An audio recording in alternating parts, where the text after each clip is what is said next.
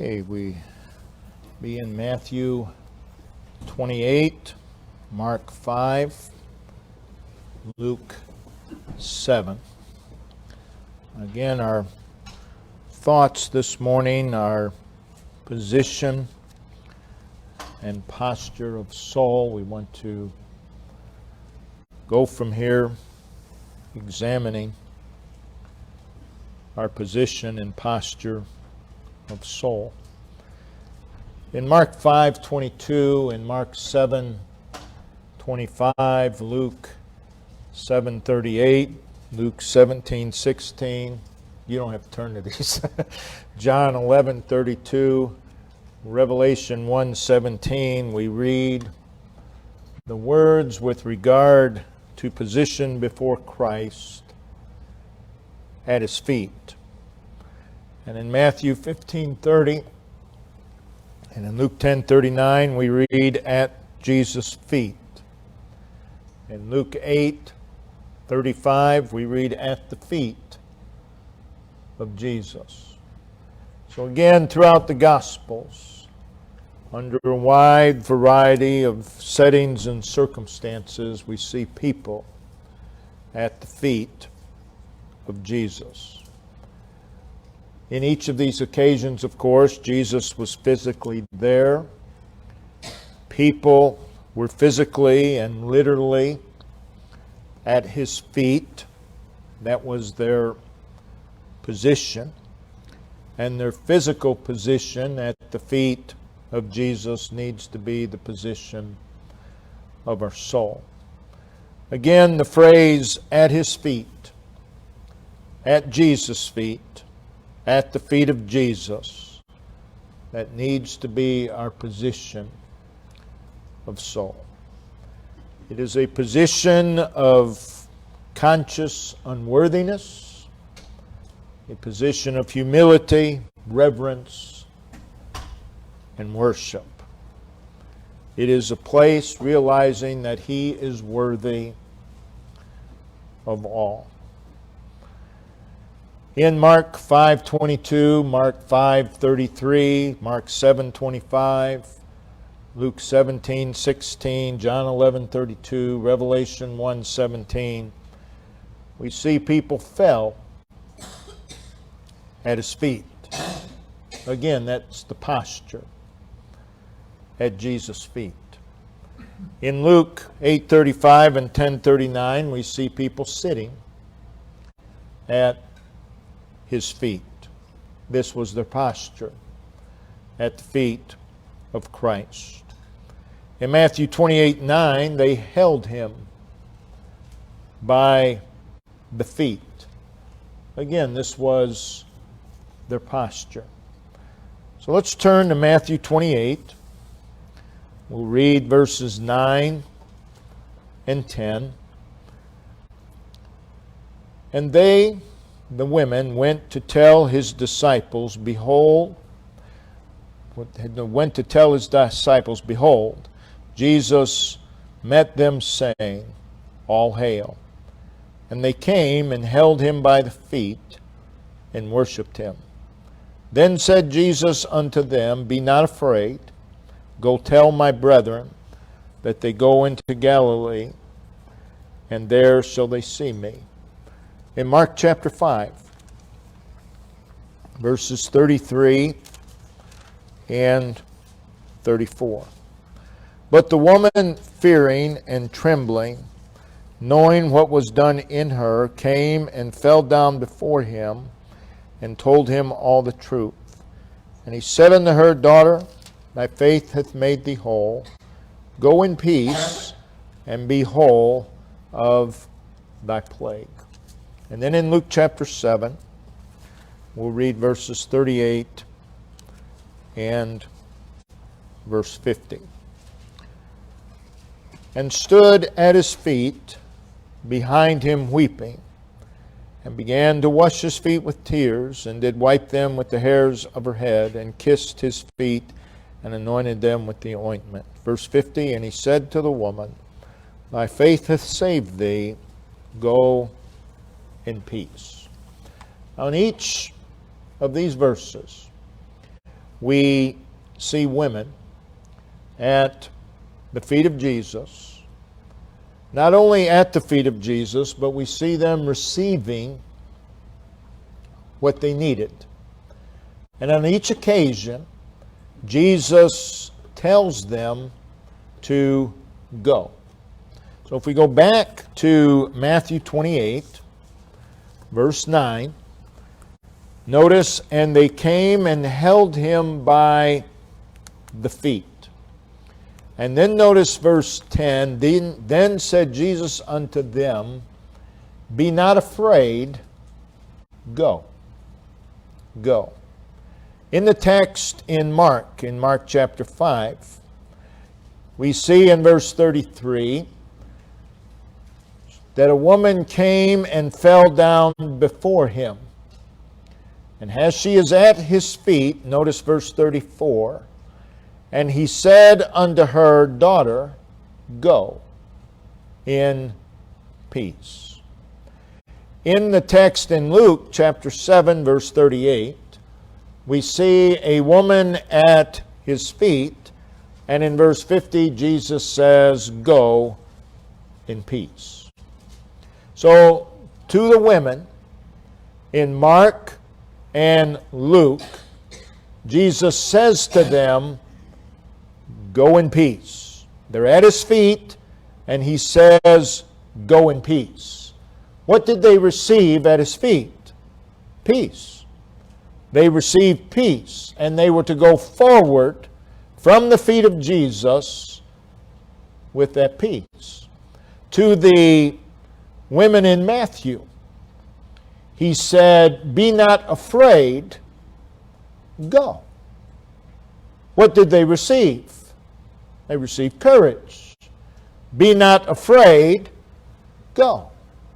And they were to go from the feet of Jesus with what they had received. Courage. So in all three incidents, people were greatly benefited by being at the feet of Jesus.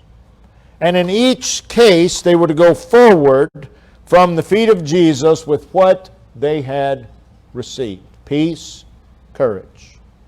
In each case, there is a position at his feet, and there is a posture at the feet of Jesus. And in each case, there is a receiving from him and a going forward from there, the feet of Jesus, into everyday life with what they had received. So we want to speak this morning on forward from the feet of Jesus. Forward from the feet of Jesus. Again, in each case, there was a drawing and a coming to Christ. In each case, there was great need. Each case, Jesus was there. He was there on purpose, for a specific people. He was there, and in him was the life that they needed, the salvation, the refreshment, the healing, the hope, the strength, the comfort that they needed. And in each case, there was a drawing and a coming to Jesus Christ. In the text in Luke, Jesus had been invited to the house of a Pharisee by the name of Simon. Luke chapter 7. He's invited there for a meal. And we read in verse 36, and he went into the Pharisee's house and sat down to meat. This is different than John chapter 12. There he's in Bethany. Jesus was there. And in verse 37, and behold, a woman in the city, which was a sinner. From the context, she's a forgiven sinner. When she knew that Jesus sat at meat in the Pharisee's house, she brought an alabaster box of ointment. So Jesus is in this house, and this woman comes. From the text, it's obvious that she loved Christ. And as soon as she knew that Jesus was there, her heart was pulled in that direction. There was a drawing toward him, and her feet were now set in motion toward him. That needs to be us. There needs to be a pull in our heart toward Christ, a drawing toward him, and then our feet moving toward him. She is going toward Christ, no doubt with enthusiasm, excitement, passion, yearning. This woman, from what follows, had been forgiven much, and she wanted to be near Jesus Christ. So she hears that Jesus is in the house of Simon. He's a Pharisee. And though she knew that there would be other Pharisees there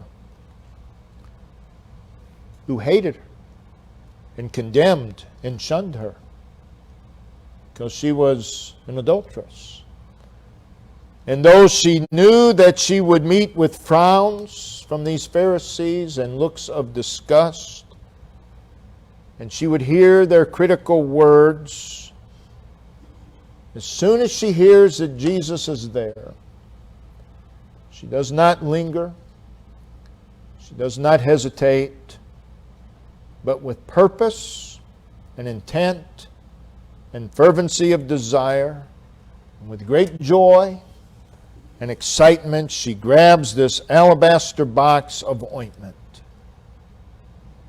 and went to where Jesus was. It didn't matter who else was there. The only thing that mattered to her was Jesus was there. And we read in verse 38, she stood at his feet. She stood at his feet.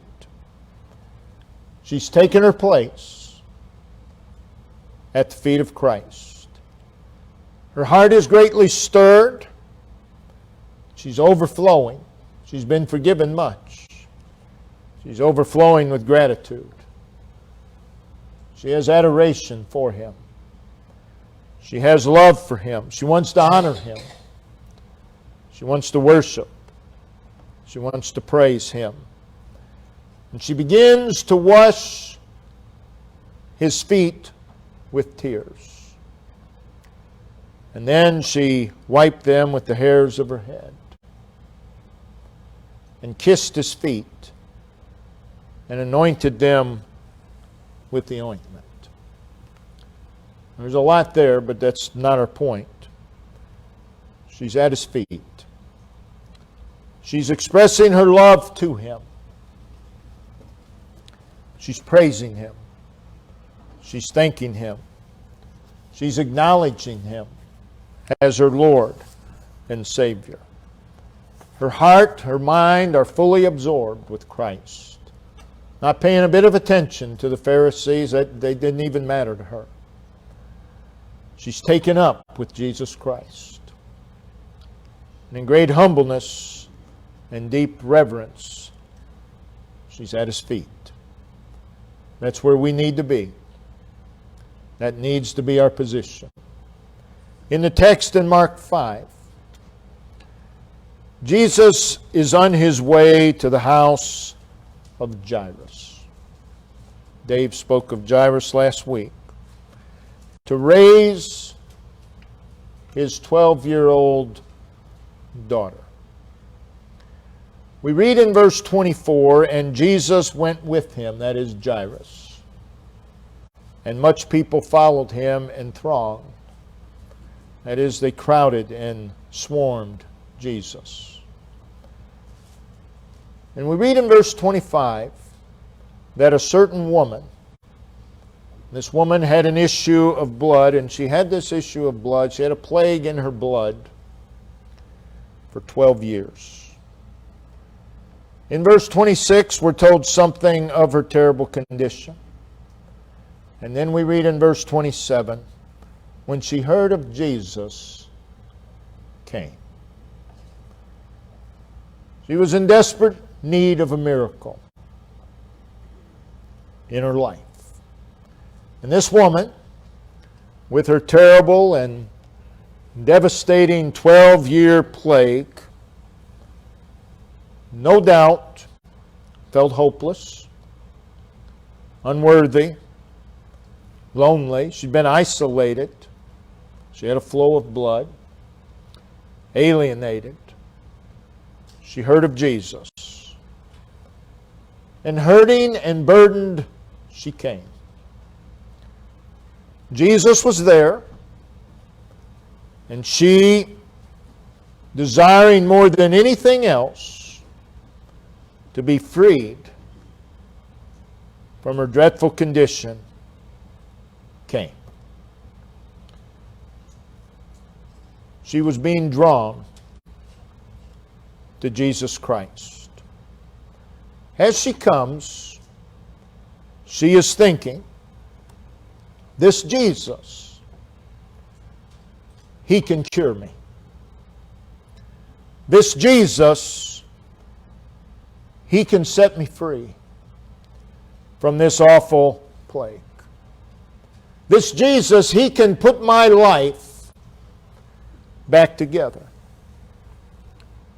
He can make me whole. She came believing. She came desiring. In verse 28, if I may touch but His clothes, I shall be whole. She's weak.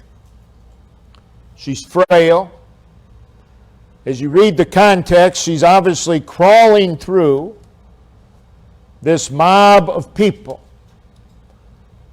believing and saying to herself, if I may touch but His clothes, I shall be whole.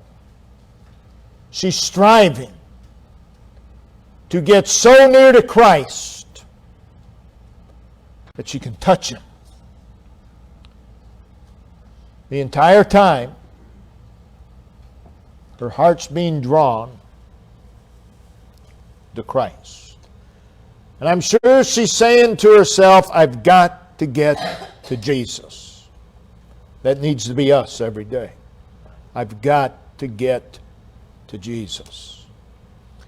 And as we read in Matthew's account, Matthew 9:20, she came behind Him and touched the hem of His garment, the bottom part of His garment, which tells me she's crawling through this mob of people.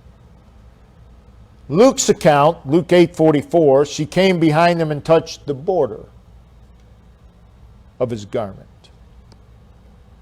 Her heart and mind is fully absorbed, taken up with Him. In great humbleness, in deep reverence, she's at His feet. She's at His feet. Now, in the text in Matthew, there are women who had gone to the grave of Jesus that Sunday morning, Resurrection Sunday. They received message from the angel. I know that you seek Jesus, which was crucified. He's not here. He is risen. Go quickly and tell His disciples. As they are on their way to tell the disciples, we read in verse 9, Matthew 28, Jesus met them. Jesus met them. How wonderful it is when Jesus meets us in the way. Jesus met them. He not only met them, but He got their attention. He said, "All hail." It's a salutation. He's gotten their attention. How wonderful when Jesus meets us in the way and gets our attention. And these women were immediately drawn to Christ. We read there, and they came and held Him by the feet and worshiped Him. So we see them there. Love and joy is flooding their souls. They grasp, they grip, they hold onto His feet as if they don't want to let go. Again, their hearts and minds completely absorbed, taken up with Him. And in great humbleness and deep reverence, they hold unto His feet. So in all three cases, Jesus was there. All three cases, the people felt a force. They felt an urge pulling them and drawing them to Christ. In all three cases, there was an attraction to Jesus Christ. There was a desire for Jesus Christ. In all three cases, there was an interest in Jesus Christ. In all three cases, their hearts were stirred for Christ. In all three cases, people are seen moving in the direction of Christ, and they're doing so with great desire. In all three cases, there was faith, there was assurance, there was persuasion, there was confidence, there was trust, there was conviction concerning who and what He was. And that moved them toward Jesus Christ. That needs to be us. In all three cases, Jesus was a matter of priority. Again, seek ye first the kingdom of God. If the spiritual is not first, priorities are wrong. Doesn't matter what takes the place of first. Doesn't matter. If the Lord is not first, priorities are out of order. And if priorities are out of order, life is out of order. Everything is out of order. Now, in each case, there was a receiving from Christ at the feet of Jesus. In the text in Luke, Jesus said to the woman, Luke 7, who was at His feet expressing her love, praising Him, thanking Him, acknowledging Him as her Lord and Savior. Jesus said in verse 50, "Go in peace." She could go from His feet with something more. Peace, tranquility, calm, restfulness, quiet, composure, contentment of soul. Where do we find tranquility of soul? Where do we find calmness and restfulness of soul? Where do we find contentment of soul? Before Christ. In this case, at His feet. Go in peace. In the text in Mark, Jesus said to the woman who was at His feet, longing to be healed of her plague, Mark 5, verse 34, He said, "Daughter, thy faith hath made thee whole. Go. Go in peace and be whole of thy plague. She went from the feet of Christ with something more. Peace. I promise you, if your posture of soul is at His feet, you'll go from there with something more. Every time. Every time. Seems to me this would be a good place to start our day. Go. Now you're able to go and face the day. In the text in Matthew, there are women, again, who had gone to the grave of Jesus that Sunday morning. And Jesus said to them as they lay hold of His feet, be not afraid. Go. Tell thy brethren, or tell my brethren. They could go from there with something more. Courage. Having gone to that tomb and seen the tomb empty, and the angel speaks to them, they're filled with fear. They're at Jesus' feet, and He says, be not afraid. Go. Tell my brethren. They received courage. Courage is a freedom from fear. It's a sense of tranquility and assurance. It comes from that peace. The two are interlinked. Peace and courage. All the benefits at Jesus' feet. In all three cases, there's a special closeness to Christ. There's fellowship with Christ. In all three cases, there's a personal experience of Him. There's a personal experience of His love. There's a personal experience of His kindness and His compassion and His care. In all three cases, people receive from Him. And they receive what they need. In all three cases, the people went from the feet of Jesus with something more.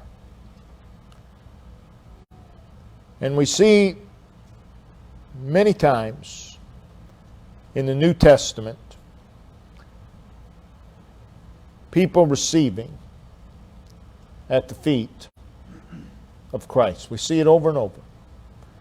In Luke 8:35, there's the man of Gadara. He had been demon-possessed. And we see him sitting at the feet of Jesus, clothed and in his right mind. Tell you something else, our minds will be right when we sit at the feet of Jesus. Clothed and in his right mind. He's very content. In Mark 5:22 and 23, Jairus, whose daughter was at the point of death, Jairus comes to Christ, and he comes as a dependent and a pleader and as a believer that Jesus was able. And he fell down at His feet. And then in verse 23, and he, at the feet of Jesus, besought Him. Besought Him. He's begging, he's pleading. And he's doing so greatly. That expresses the degree of his pleading. And here's what he says. My little daughter. Right there you feel his burden. My little daughter. My little daughter. Lieth, and again she's not a baby, lieth at the point of death.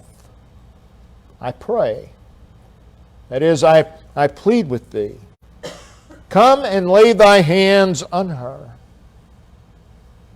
that she may be healed, and she shall live.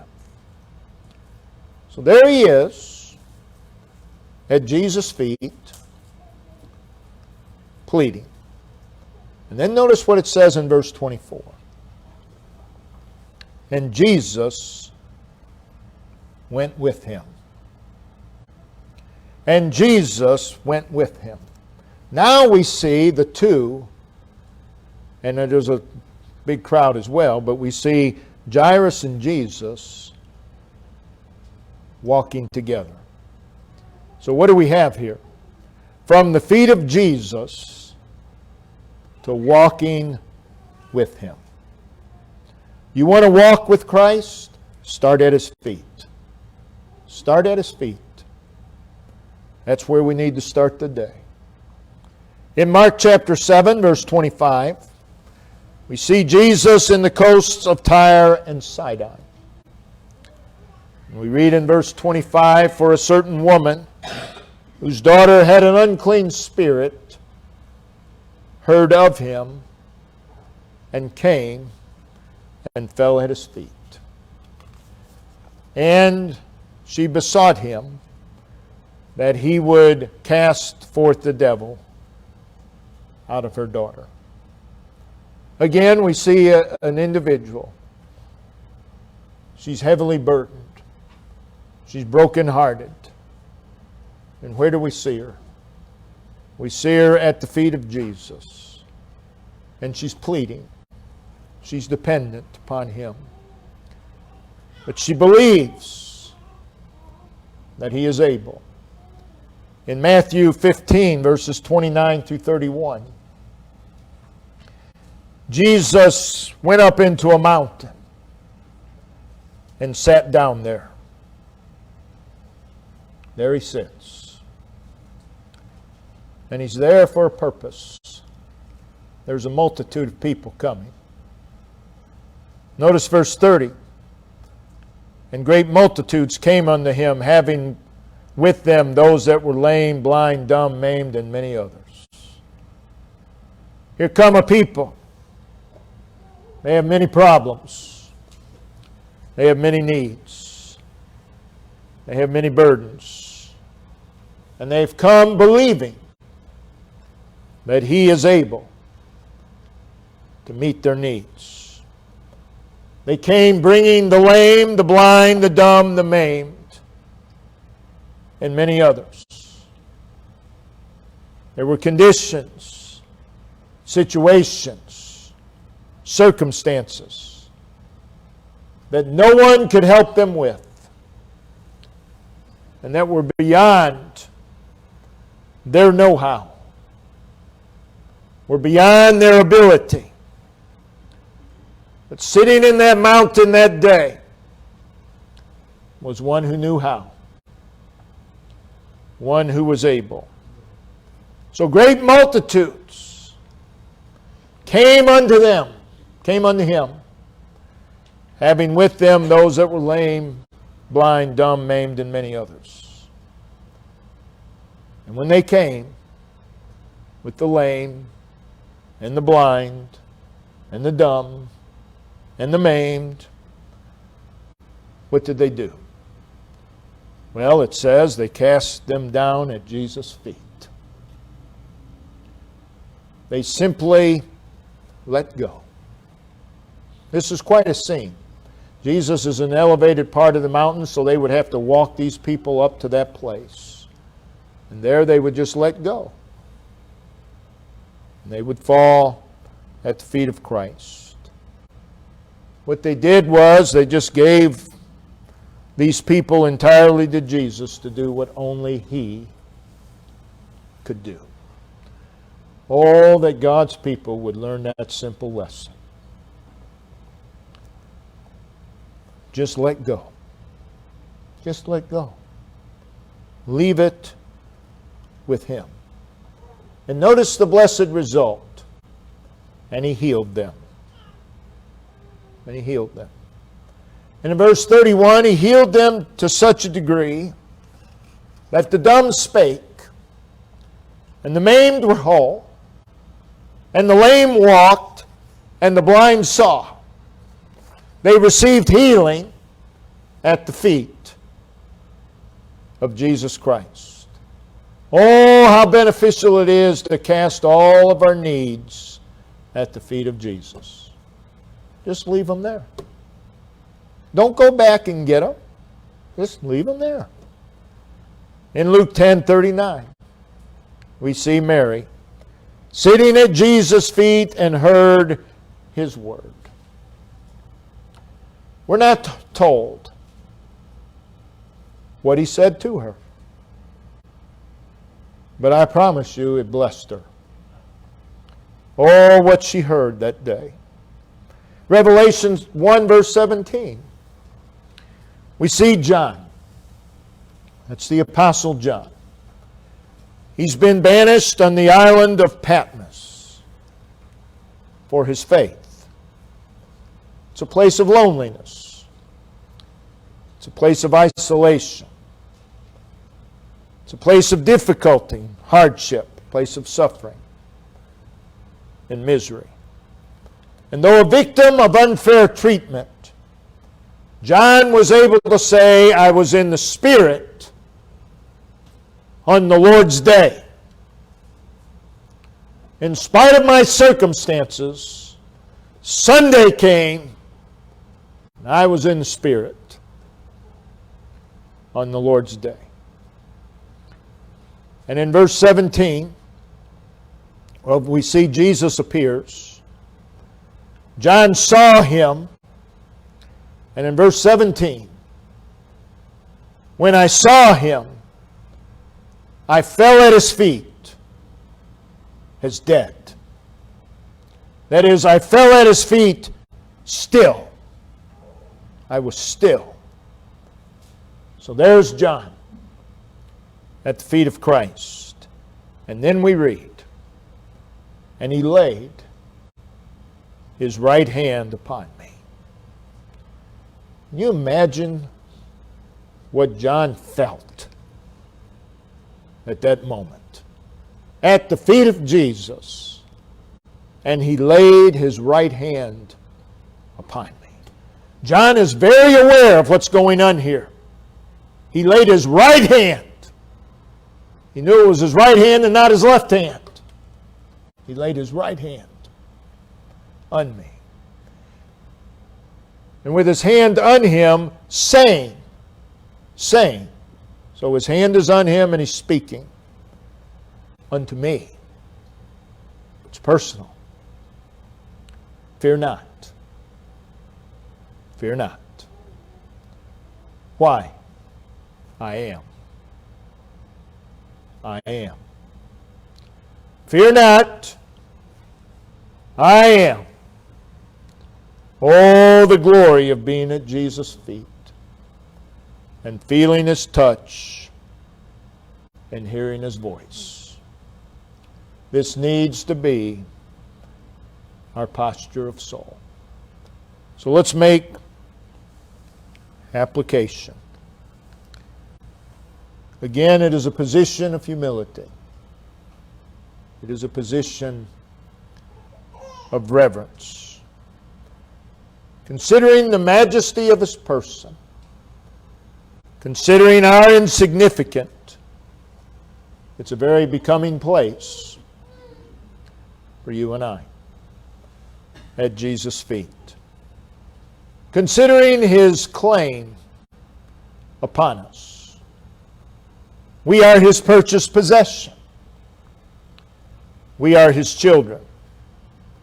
This is a very fitting place for you and I. Considering His sufficiency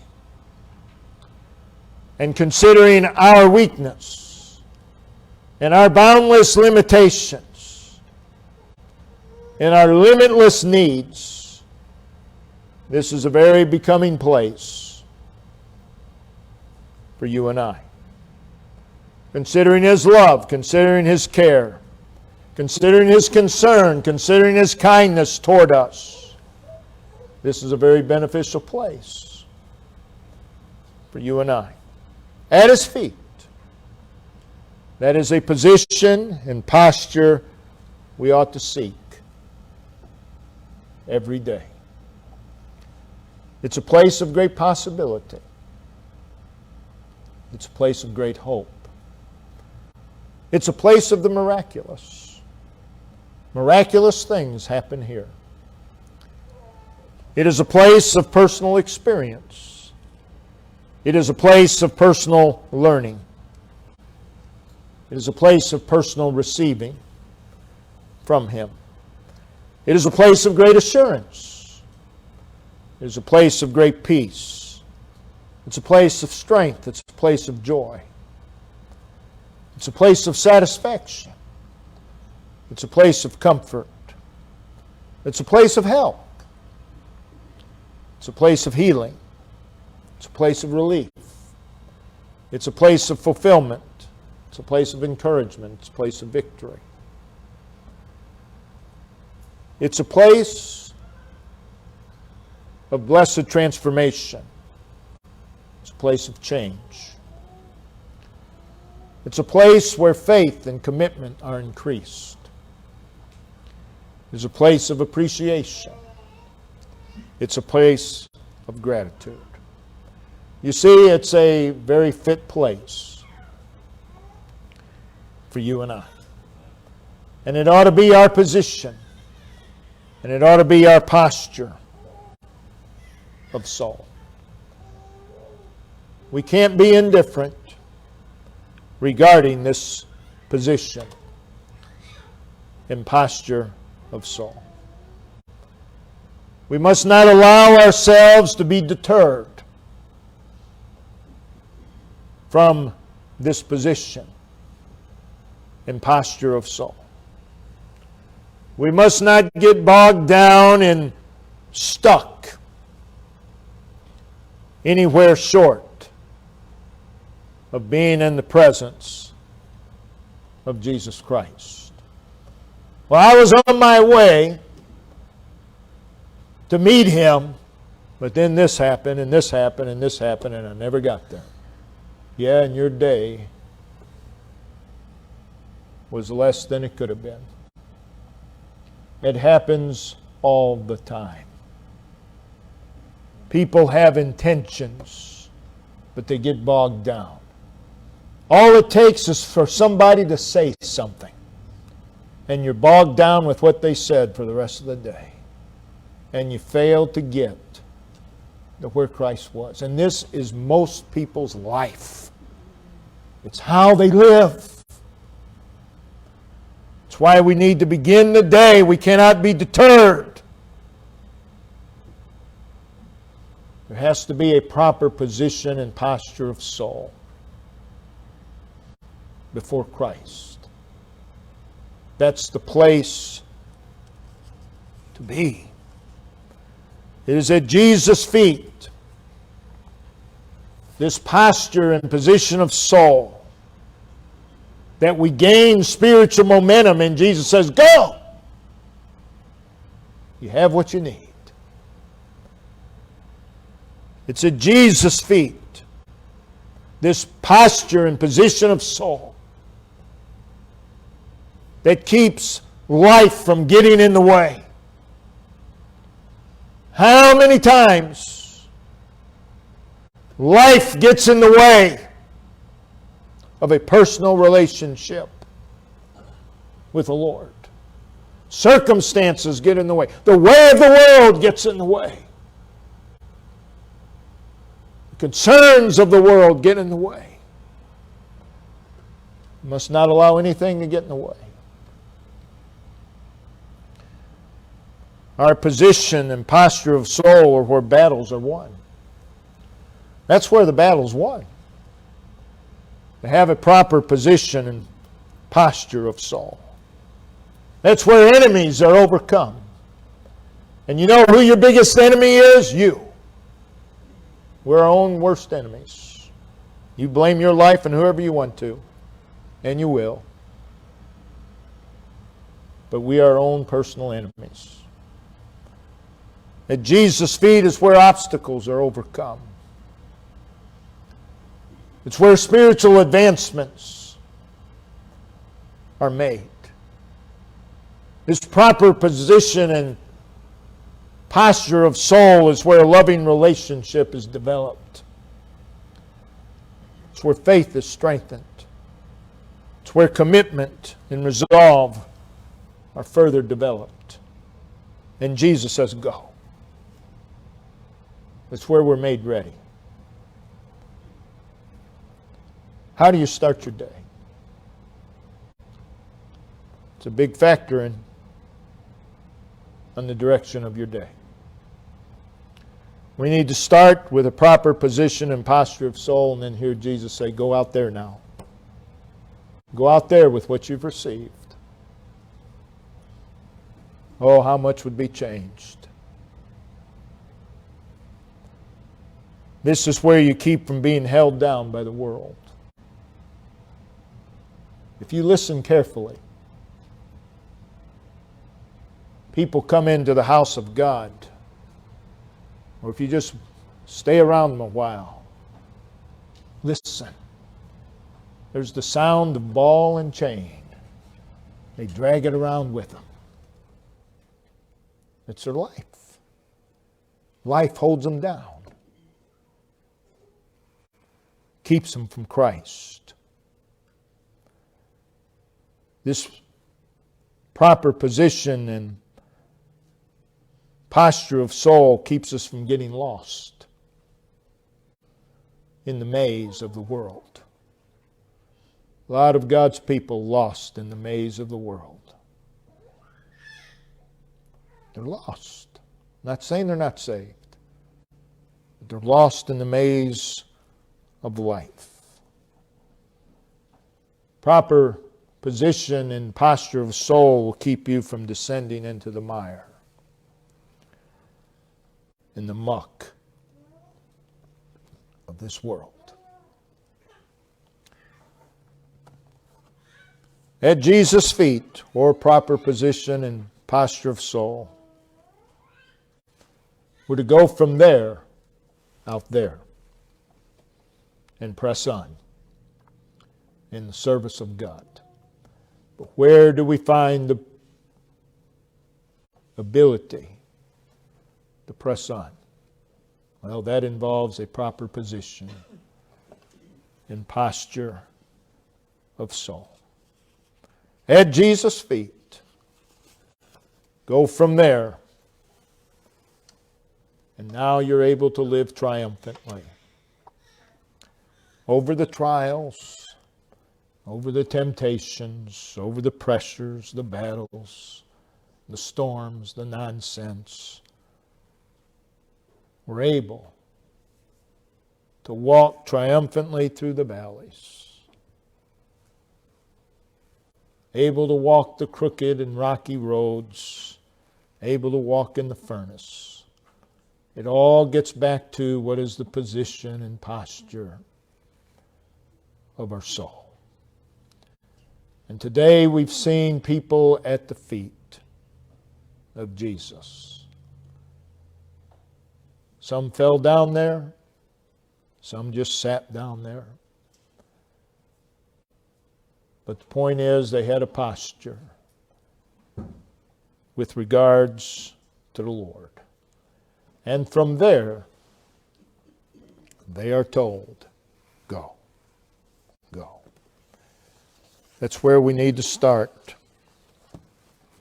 our day. We need to start our day there.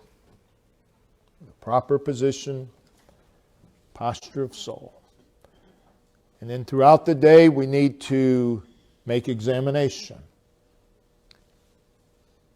Because we can take on a different position and a different posture. And as soon as we do, we need to know that. So we can get right. So we can get back to serving the Lord. That's what we're here for. That's what we're here for. That's why the Lord gives us air to breathe. That's why He's placed us in this particular place to do His work. And that's the priority. And we must have a proper position and posture of soul. So always be looking. Always be examining. Something happens. Somebody makes you mad. It can be 1,000,001 different things. Better check pretty quickly your position and posture of soul. God help us. Brother Dave, if you'd come and lead us in verse song. Let's all